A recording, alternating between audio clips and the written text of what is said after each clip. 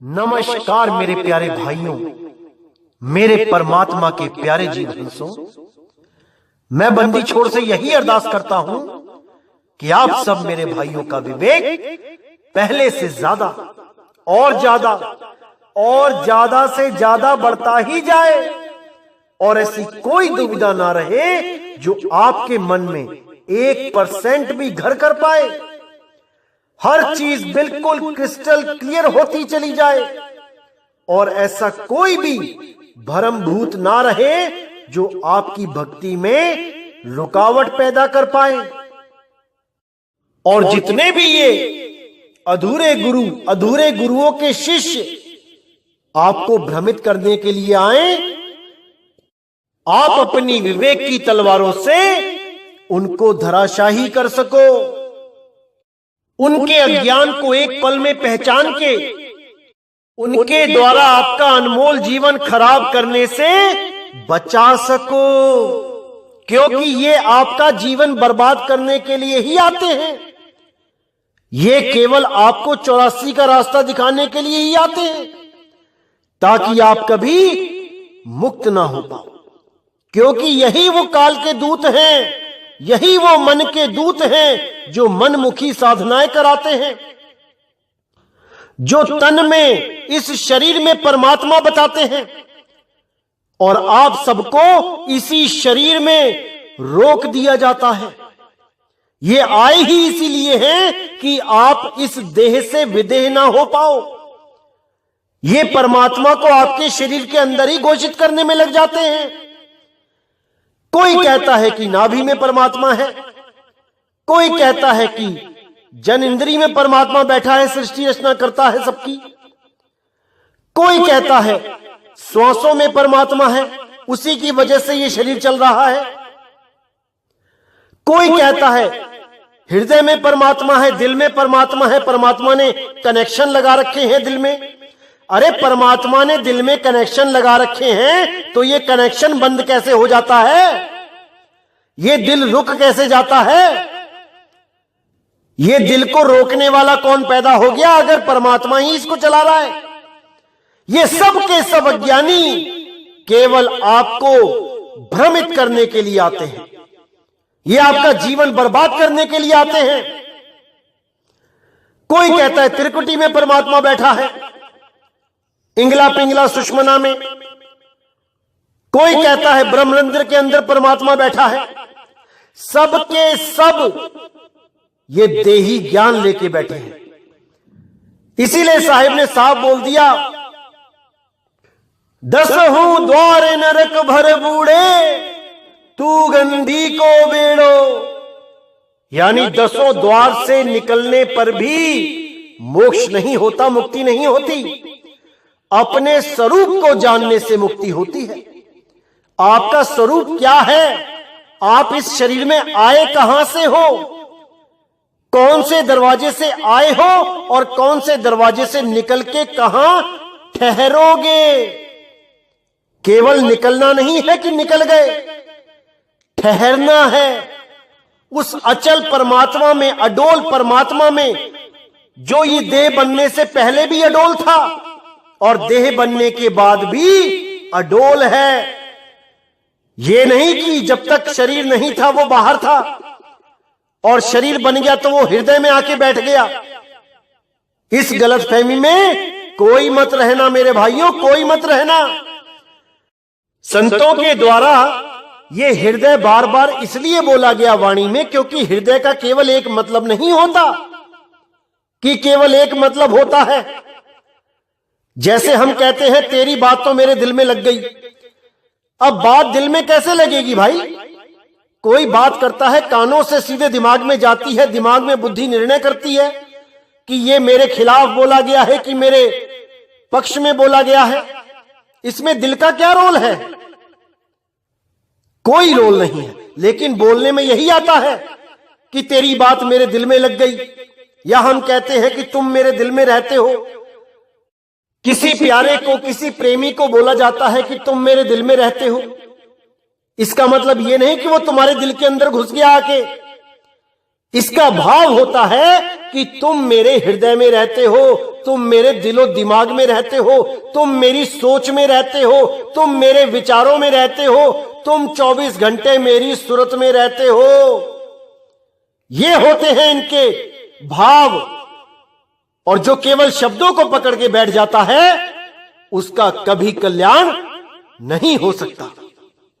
तो जैसे कि आजकल आपको वाणियां भी दिखाई जा रही हैं कई जगह और भ्रमित भी किया जा रहा है। देखिए, एक वाणी भेजी गई थी किसी के द्वारा भ्रमित करने के लिए।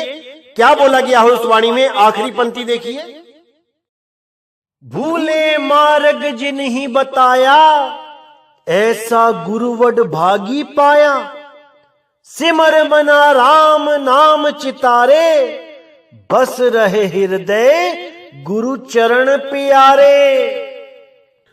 ये वाणी गुरु ग्रंथ साहब में अंग 803 पर है। इसके साथ और भी अनेक वाणियां दिखा दिखा के कुछ लोग भ्रमित करने में लगे हैं कि परमात्मा तो हृदय में वास करता है।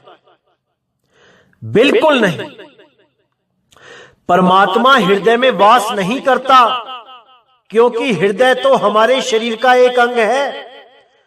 जो लोग ये कहते हैं दिल में वास है परमात्मा का, वो ये नहीं जान पाते कि कबीर साहब की वाणी कहती है नहीं प्राण में, नहीं पिंड में, वो हमारे शरीर में यानी पिंड में नहीं है।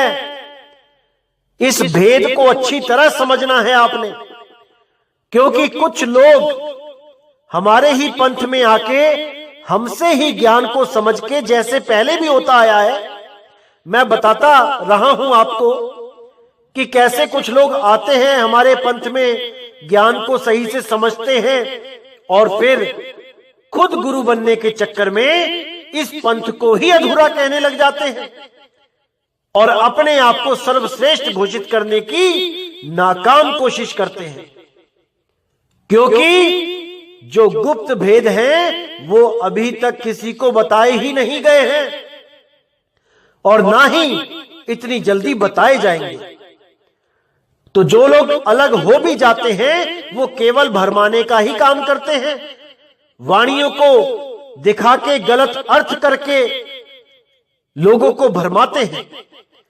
लेकिन आपने नहीं भरमना है, आपने एक एक शब्द पे विचार करना है। तो क्या कहती है वाणी यहां पे? भूले मार्ग जिन्हीं बताया, ऐसा गुरुवड भागी पाया। यानी एक ऐसा गुरु मुझे मिला जिसने मेरी गलती को सुधार दिया, जिसने मुझे भूला हुआ रास्ता बता दिया।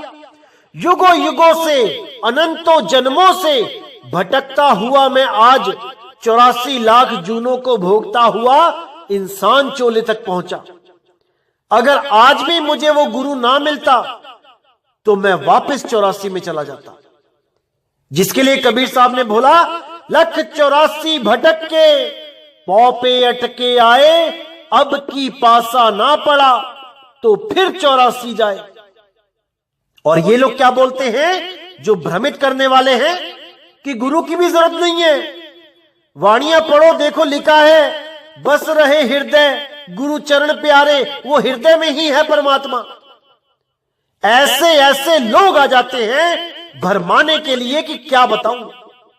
लेकिन आपने नहीं भरमना है, आज सारा ज्ञान इनका धरे का धरा रह जाएगा। ये मेरा वादा है आपसे।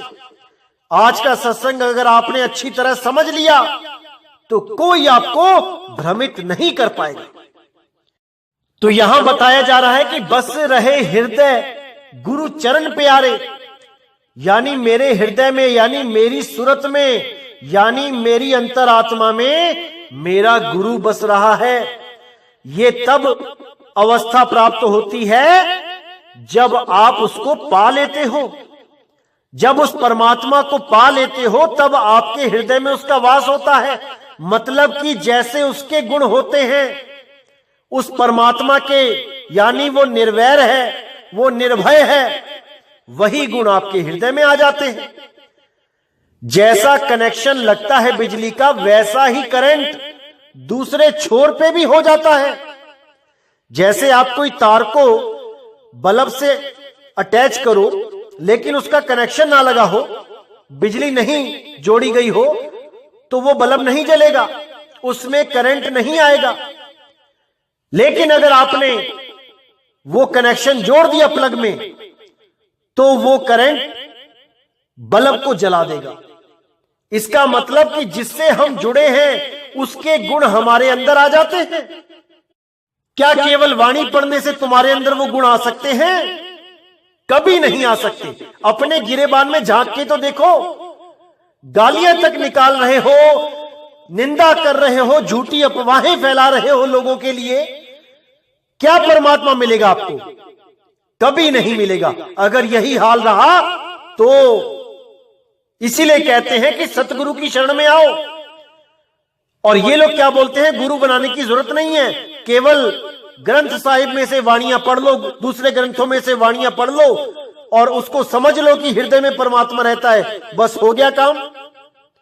अरे मेरे भाई, गुरु ग्रंथ साहब को 5वीं पातशाही ने कब का तैयार कर दिया था, लेकिन उसके बाद भी 10वीं पातशाही तक गुरु प्रथा चली। क्यों चली? क्यों बाकी गुरुओं को ऊपर का आसन बैठने के लिए मिला और बाकी संगत नीचे बैठती थी? क्यों गुरु प्रथा चलानी पड़ी? जब ग्रंथ तो आ ही गया था, लिख ही दिया गया था, सब संतों की वाणियां लिख दी गई थी, फिर क्यों 10वीं पातशाही तक गुरु प्रथा को चलाना पड़ा? अरे थोड़ा तो विचार कर लो भाई। विरोधी हो गए हो अच्छी बात है, लेकिन सत्य से मुंह नहीं मोड़ सकते और ना ही किसी को भरमा सकते हैं। सत्य तो सत्य ही रहेगा। मीराबाई जी रविदास जी के पास गए, गुरु धारण किया, तब उनको परमात्मा की प्राप्ति हुई। कैसे कह सकते हो आप लोग कि गुरु धारण करने की जरूरत नहीं है? ये भरमाना बंद कर दो और गुरु के कहे लगो, गुरु के वचन में रहो, वरना 84 लाख सामने ही है, ज्यादा देर नहीं लगेगी। तो भाइयों, आपको बताना चाहूंगा, नाम नहीं लूंगा, कुछ लोग हमारे ही पंथ में आके हमसे ही ज्ञान चुरा के, चुराना ही बोलूंगा, समझना तो नहीं बोल सकता इसको, क्योंकि समझने वाला जो जीव होता है वो समझ के टिकता है, जो चुराने वाला जीव होता है वो समझ के भागता है, पंथ छोड़ के भागता है और अपना नया आडंबर चलाता है लोगों को भरमाने के लिए। क्योंकि ये काल के दूतों की चाल ही यही होती है कि सत्य पंथ में घुसना और ज्ञान को समझना और फिर लोगों को भ्रमित करने के लिए उस असली चीज को ही नकली बोल देना, मजाक उड़ाना सत्य का। क्योंकि जब सत्य का मजाक उड़ाता है कोई, तो जो कम विवेकी शिष्य होते हैं वो भ्रमित हो जाते हैं, लेकिन जो पूर्ण विवेकी होते हैं वो उन लोगों पे तरस खाते हैं, वो हिलते नहीं हैं, उनको पता होता है सत्य क्या है, असत्य क्या है। तो आज एक ऐसे ही भाई के बारे में बताऊंगा मैं, जो हमारे ही पंथ में 1 साल रह के गया और भक्ति साधना के नाम पे कुछ नहीं किया, जीरो, अपने विकारों तक को कंट्रोल नहीं कर पाया और हमारे ही पंथ की बुराई करता है कि 1 साल हो गया मुझे कुछ नहीं मिला। अरे भाई, 1 साल छोड़ो, 100 साल भी टिके रहो, अगर मन के विकारों को कंट्रोल नहीं किया तो कुछ नहीं मिलेगा। क्योंकि लोग इस पंथ में आते हैं बहुत बड़े महात्मा बनके कि मैं तो बहुत महात्मा हूं, पहुंचा हुआ हूं, इसीलिए मात खा जाते हैं। जब भी डॉक्टर के पास जाते हैं तो अपनी बीमारी को बताया जाता है कि मुझे क्या बीमारी है, कौन सा रोग है, कहां पे दर्द है, दाने निकले हैं कि क्या हुआ है। और जब ये लोग यहां पे आते हैं तो अपने रोग नहीं बताते, बल्कि अपनी महानता गिनाते हैं कि मैं बहुत बड़ा प्रेमी हूं, मैंने इतने गुरु बदल लिए परमात्मा के लिए, इतना पैसा खर्च कर दिया परमात्मा के लिए, ये किया वो किया। अरे किसी डॉक्टर के पास, किसी संत के पास जाते हैं, वहां अपने विकारों को बताया जाता है कि महाराज जी मेरे अंदर ये विकार है, इनको खत्म करने का कोई तरीका बताओ, ना कि वहां महान बनने जाया जाता है। तो ये जितने भी महान बनने गए हैं अन्य अन्य पंथों में, ये सब उन्हीं पंथों से ज्ञान लेके, उन्हीं को गाली देके ये अपने पंथ लगाने लग जाते हैं। तो ऐसे ही एक आदमी के बारे में आज मैं बताऊंगा, नाम नहीं लूंगा, लेकिन आपने सावधान रहना है, क्योंकि ये मेरा ही फर्ज बनता है कि मैं आपको सावधान करूं, क्योंकि ये भोले भाले जीवों को अगर उलझा लेंगे तो उनको 84 के दर्शन करवा देंगे। इसलिए मैं नहीं चाहता कि किसी को भी 84 में जाना पड़े, सबको मुक्ति होवे। इस दास की यही अरदास है मालिक से। तो आइए सुनते हैं इनकी आवाज, जो इस पंथ में आने से पहले इनके विचार थे, जो गुरु ग्रंथ साहब और अन्य ग्रंथों को पढ़ के इनको जो समझ में आया था, इनकी बुद्धि ने जो कैच किया था। आइए सुनते हैं वो क्या था। सत साहब जी, मैंने ज्ञान गुण तो सब सुने हैं। सबसे बड़ी बात तो ये है, परमात्मा साकार है और निराकार है। उस सतलोक में सचखंड में अंदर सिंहासन पर बैठा रहता है, वहीं से सारी सृष्टि की रचना करता है, वहीं से चलाता है। गुरु नानक जी ने भी इसके बारे में साफ कहा है, सो दर कहा सो कर कहा जित बह सर्ब संभाले। पीयू कर कैसा है, जिथे बैठ के सबकी तू बैठ के तू सारी सृष्टियां चलाता है, सारा की संभाल करता है। तो वो परमात्मा सिंहासन में बैठा। गरीबदास जी भी कह रहे, श्वेत छतर चिट्टा छतर सिर मुकुट बराजे देखते ना उस शेरे नु। श्वेत छतर का सिर पे मुकुट है और उस सिंहासन पर बैठा। और वेदों के अंदर भी कह रहे, शाश्वत स्थान में परमात्मा रहता है, उत्थे बैठ के सबकी पालन पोषण कर रहा है। अगर कोई बंदा अमेरिका को जिसने नहीं देखा, अगर वो कहे कि अमेरिका के अंदर लाइट है, बहुत प्रकाश है, बहुत बढ़िया है, वो गुण तो गाता फिरता है।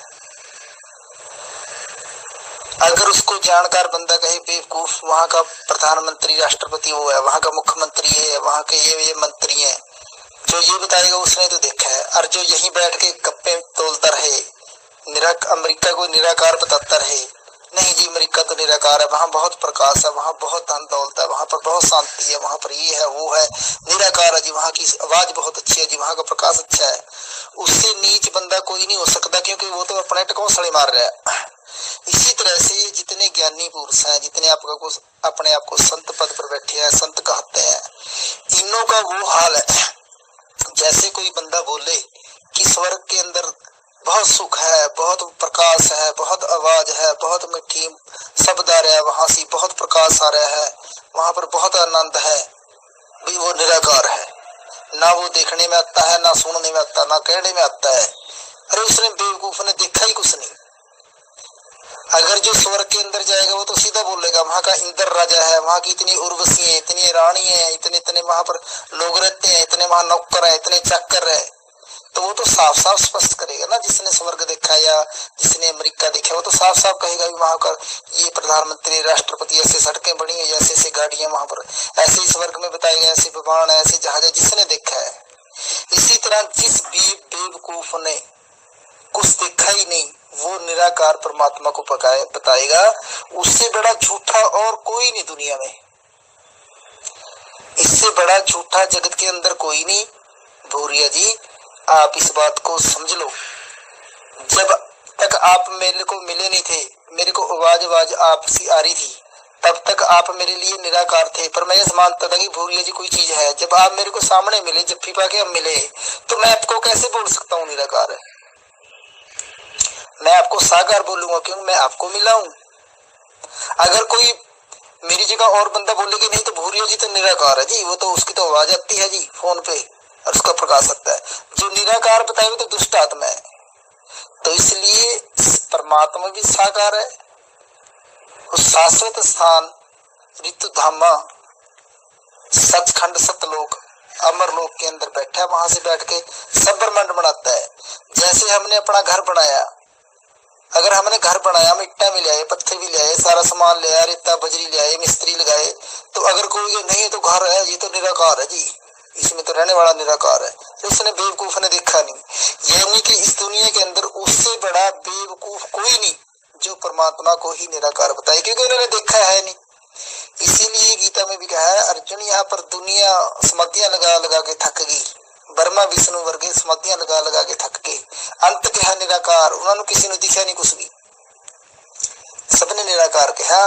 साकार तो वो कहेगा जो वहां पर जाके देखेगा बताएगा। जैसे गुरु नानक जी को परमात्मा लेके गए, उन्होंने कहा कि परमात्मा ने गुरु नानक जी को जफ्फी में लगाया, गुरु नानक ने दंडोत वंदना करी अमरलोक के अंदर जाके। तो ये वाणियों में लिखा है, अनक बार दंडोत वंदना सर्व कला समर्थ, डोलन ते रखो प्रभु नानक देख रथ। दंडोत भी करी वहां पर, सब कुछ किया है, छत्ती के लगाया परमात्मा ने। और परमात्मा के एक एक रोम में खरबों खरबों सूर्यों चंद्रमा तारा का प्रकाश है। वो ऊंच अपार बेअंत परमात्मा है जिसके दर्शन साक्षात कर होता है। हाँ, वो ये है कि वो हमारे जैसा शरीर नहीं, उसका सुंदर शरीर है, बहुत सोने जैसी काया है परमात्मा की। तो इसलिए जितने भी निराकार बताने वाले हैं ये सब एक नंबर के झूठे हैं। बोरिया साहब, आप कोई इच्छा है मान लो और ना मानो वो भी आपकी इच्छा है, उसमें मेरा प्रेशर नहीं, मेरा बताना। अगर कोई, मैं हर तरीके से आपको क्लियर कर दूंगा। मैंने तो ये भी बोल रहा था, आपका कोई बंदा अगर सामने आए, बैठे, ज्ञान गोष्ठी करे, चर्चा करे, मैं एक एक चीज वर्णन करके बता सकता हूँ कि किस लोक में कहां पर क्या हो रहा। इसके बदले में अगर कोई निराकार कहे और अपना ज्ञान ऊपर थोपना चाहे, वो तो झूठा ही बंदा हो सकता है। सच्चा है। तो देखिए मेरे भाइयों, जब तक ये भगत 12वें पंथ में था और नामदान सेंटर भी चला रहा था, तब तक ये परमात्मा को साकार मानते थे और उसको सतलोक में बैठा मानते थे।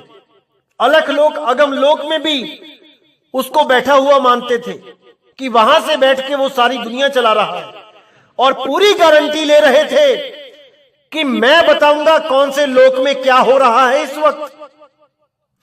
और पूरी गारंटी इसकी भी ले रहे थे कि जो भी आदमी ये कहता है कि परमात्मा निराकार है, वो झूठा, पाखंडी और चालाक होगा, वो मूर्ख बनाएगा सबको, जो भी ये कहेगा कि परमात्मा निराकार है। इतना सेल्फ कॉन्फिडेंस था इनको अपने ऊपर कि मैं तो गलत हो ही नहीं सकता। उसके बाद जब हमारे सत्संग सुनना शुरू किया तो पैरों के नीचे से जमीन निकल गई।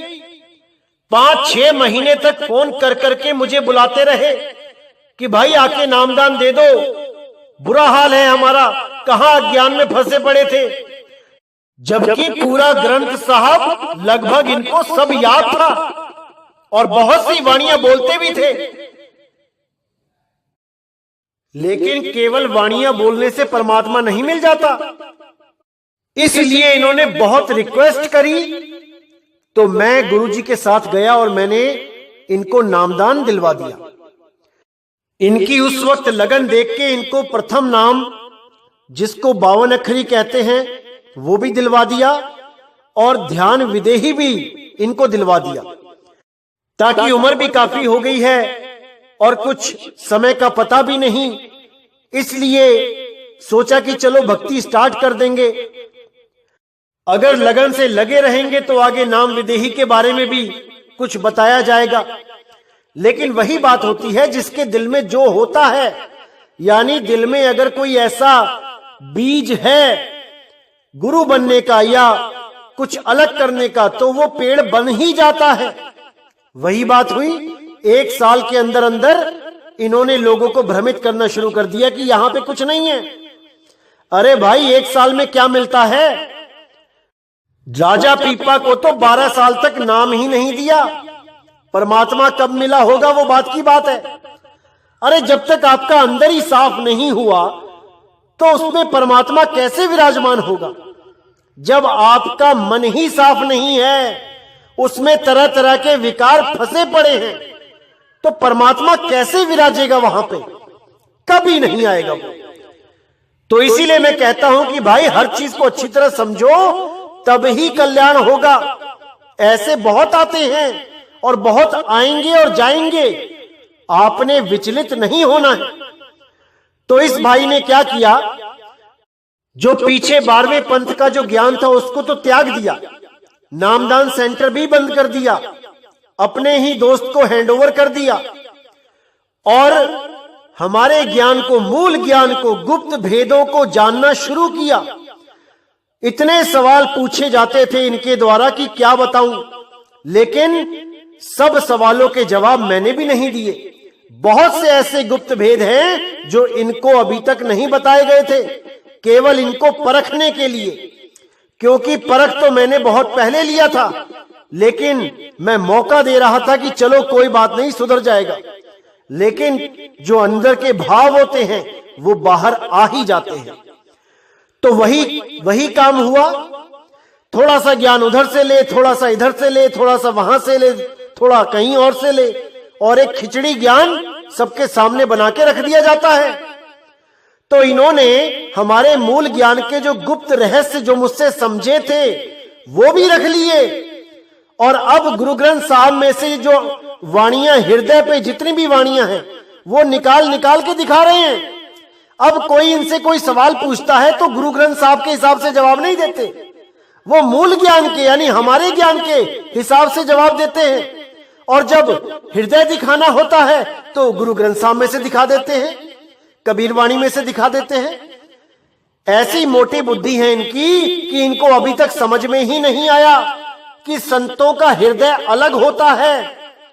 जहां संत हृदय की बात करते हैं वो उनके भाव होते हैं, ना कि वो शब्दों के पीछे बढ़ते हैं।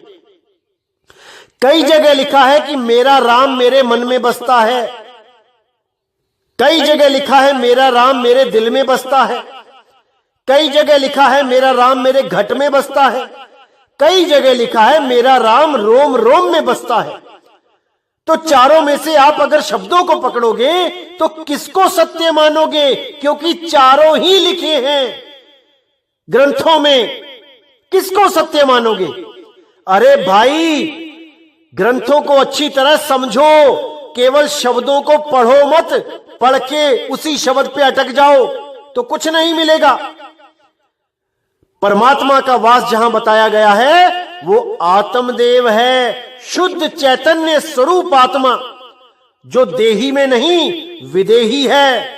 देही में जीव रहता है, हृदय में, हृदय में जीव का स्थान है। और पीव का स्थान कहां पे है? वो शरीरों से परे है, उसको विदेही बोला गया है, उसको अजूनी बोला गया है। अजूनी, अजूनी यानी जो किसी जून में नहीं है। पहले वाणियों के भाव को समझना शुरू करो, गुरु बाद में बन लेना। खुद तो 84 का रास्ता पकड़ ही लिया है, अन्य जीवों को भी भरमाने से बाज नहीं आते। तो मेरे भाइयों, अच्छी तरह समझना है इन लोगों की चालाकियों को, अब इनके जाल में नहीं फंसना है। तो देखिए, एक भगत मती ने इनसे सवाल पूछा कि ये दुनिया किसने बनाई है और परमात्मा ने हमें काल के सपुर्द क्यों कर दिया? तो देखिए इस भाई ने क्या जवाब दिया, आइए सुनते हैं। साहेब बंदगी सतनाम। भैया, आपसे एक प्रश्न पूछना था। ये दुनिया है ना, किसने बनाई है और ये परमात्मा ने हमें काल के सपुर्द क्यों कर दिया? क्या ये सच है कि परमात्मा ने हमें काल के सपुर्द किया है? हम कैसे इस दुनिया में आए हैं? थोड़ा बोल के बताएंगे भैया, और थोड़ा हिंदी में बताइएगा, पंजाबी मेरे को समझ में कम आती है। तो देखिए, इस भगत मती के सवाल पे उस भाई ने क्या बोला, और जो कुछ भी बोला गुरु ग्रंथ साहब से बिल्कुल विपरीत बोला। जो गुरु ग्रंथ साहब में लिखा है उसके अनुकूल नहीं बोला। क्यों? क्योंकि हमारे सत्संगों से इसको पता लग चुका था कि असलियत क्या है। बहुत चालाकी से हमारे ही ज्ञान को बताते हुए इस भगत मती के सवाल का जवाब दिया, और गुरु ग्रंथ साहब की ही वाणियों से बिल्कुल उल्टा जवाब दे डाला। वो अभी प्रूफ किया जाएगा कि गुरु ग्रंथ साहब ने क्या जवाब दिया है इस सवाल का, और ये भगत क्या कह रहा है। आइए देखते हैं कि क्या जवाब दिया इन्होंने। परमात्मा ने नहीं भेजा, परमात्मा ने किसी को नहीं भेजा, परमात्मा क्यों भेजेगा? ये हम खुद ही, हमने विस्तार किया, खुद ही आए हैं, हम खुद ही गलती की है, हम खुद आए हैं, परमात्मा ने किसी को नहीं भेजा। तो मैंने पिछली ऑडियो में बताया हम दो हो गए हैं, एक से उस एक में से बिछड़ के हम दो आ गए, एक छोड़ दूजे लगे डुब्बे से बन जा रहा, एक ਨੂੰ छोड़ के दूजे बन गए हम, इसीलिए डूब गए यहाँ पर 84 में घूम रहे हैं। जब हम उसी एक के साथ मिल जाएंगे तो हम फिर जन्म मर से बाहर हो जाएंगे। बस ये चीज समझनी है। जो कबीर साहब ने सृष्टि रचना सुनाई है, अभी ऐसे आगे ये कहानी बना के सुनाई है, ये उस ज्ञान को कहानी बना के सुनाया है। असल में ये जैसे 3 गुण बताए ब्रह्मा विष्णु शिव जी, असल में 3 गुण है, गुण है ये, ब्रह्मा विष्णु शिव नहीं, माया, माया ये है नहीं, दुर्गा अष्टंगनी नहीं है, उन्होंने बताया है। माया ये सारी सृष्टि माया ही है, माया ने उपजी है, माया उपजी, माया दिख रही है जो अखों, जो दिशा से उस माया, जो दिशा से सगल मनस है, माया भी नाशवंत है और ये सारी सृष्टि भी नाशवंत है। तो इसको समझने के लिए आपको टाइम लगेगा थोड़ा, क्योंकि हमारे अंदर जो हमें पहले ज्ञान सुना दिया वो कहानी ज्ञान सुनाया हुआ है। हमने अब कहानी ज्ञान को तो समझना ही समझना, हमने असल को समझना है। असल हम कौन है, हमारे अंदर ये दुख बाधा क्लेश काम क्रोध लोभ मोह कार आशा तृष्णा वासना इच्छा परम पैदा हो गया, ये माया काल जाल भर गया, इसी को मिटाना हमने। जब हम उस एक के अंदर समा गए तो ये सारा बाहर का ऐसे कैसा पड़ा रह जाएगा, ढोल ड्रामा। ठीक है जी, ये ज्ञान और वो ज्ञान अलग अलग है। जब उस ज्ञान से जिसमें आप फंसे हो उस ज्ञान से बाहर आओगे तो ये समझ में आने लग जाएगा धीरे धीरे।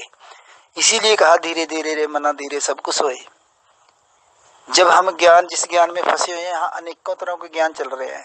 कबीर साहब ने अनेकों तरह की ज्ञान बोल रहे हैं, जगत ज्ञान भी, भक्त ज्ञान भी, पवित्र ज्ञान भी, अलग अलग तरह के अज्ञान भी बोल रहा है। ऋषियों मुनियों की कहानियां बोल रही, सब बोल रहा है। उन्होंने गीता भी बोल रही है, महाभारती बोला, सब बोल रहा है। उन्होंने इसीलिए बोला है कि असल है क्या चीज है, हमारे को समझाने के लिए सिर्फ। तो देखिए मेरे भाइयों, कितनी चालाकी से हमारे से ही सीखा हुआ ज्ञान लोगों को बता के अपनी ओर आकर्षित किया जा रहा है। जैसे नकली नोट छापने वाले असली नोट की डाई बना लेते हैं और उस असली नोट के जैसे ही नकली नोट छाप छाप के थद्दियां बना लेते हैं और वो लोगों को 100 रुपए का नोट, नकली नोट 50-50 में देने लग जाते हैं। ये वो हाल हो रहा है इन लोगों का। अरे अपना ज्ञान बोलो ना, आपने क्या अर्जित किया है? हमसे ही ज्ञान समझ के हमारे ही गुरु भाइयों को समझा रहे हो। अरे थोड़ी शर्म तो करो भाई। तो आइए देखते हैं गुरु ग्रंथ साहब के हिसाब से इस भाई ने जो जवाब दिया है वो सही है या गलत है। ये झूठ बोल रहा है या गुरु ग्रंथ साहब झूठ बोल रहा है, ये निर्णय आपने करना है। तो देखिए क्या कहते हैं गुरु ग्रंथ साहब। अंग नंबर 1076 पे साफ लिखा है, खंड पताल दीप सब लोआ, सभी काले वस आप प्रभु किया। तो देखिए कितना क्लियर लिखा है कि खंड पाताल यानी ये सारी सृष्टि बना के उस परमेश्वर ने स्वयं उस काल के सुपुर्द कर दी। जब सृष्टि सुपुर्द की है तो जीव भी तो साथ ही दिए हैं। काल तो जीव पैदा नहीं कर सकता। और ये भाई बोल रहे हैं कि परमात्मा हमें क्यों भेजेगा सृष्टि में, हमने खुद ही विस्तार किया है। अरे क्या तुम ये सृष्टि बना सकते हो? क्या ये सूरज चांद सितारे धरती आकाश पाताल बना सकते हो? क्या नहीं बना सकते। तो मेरे भाई लोगों को घुमाना बंद करो, लोगों को भरमाना बंद करो। और वाणी के गूढ़ रहस्यों को और समझो। अभी कोई पूर्ण नहीं हो गए कि गुरु ग्रंथ साहब की वाणियां खोल के समझाने लग जाओगे। संत की वाणी को समझने के लिए संत बनना पड़ता है, संत होना पड़ता है, तब संत के भाव समझ में आते हैं। ऐसे ही नहीं कोई वाणियां पढ़ के ज्ञानी बन जाता है। साहिब ने साफ बोला है, पोथी पढ़ पढ़ जगमुआ भयो न पंडित कोए, एक आखर प्रेम का पढ़े सो पंडित होए। और दूसरों को ज्ञान तब दिया जाता है, तब समझाया जाता है जब खुद को कोई प्राप्ति हो गई हो। खुद का घड़ा खाली है और चले हैं घी बेचने, अरे कोई भी रोक के पकड़ लेगा, तुमसे सवाल जवाब करेगा, अनुभव पूछेगा, क्या बताओगे कि वहां वाणी में लिखा है। यह सब अनुभव ज्ञान है भाई, जो आपको बताया जा रहा है यहां पे। वाणी का तो केवल प्रमाण दिया जाता है कि जो मैं बोल रहा हूं वो सत्य है, ना कि वाणी का अर्थ कर रहा हूं यहां पे मैं। जो अनुभव ज्ञान है उसको सही तरह से समझाने के लिए इन वाणियों का सहारा लेना पड़ रहा है। नहीं तो मुझे किसी वाणी की जरूरत नहीं है।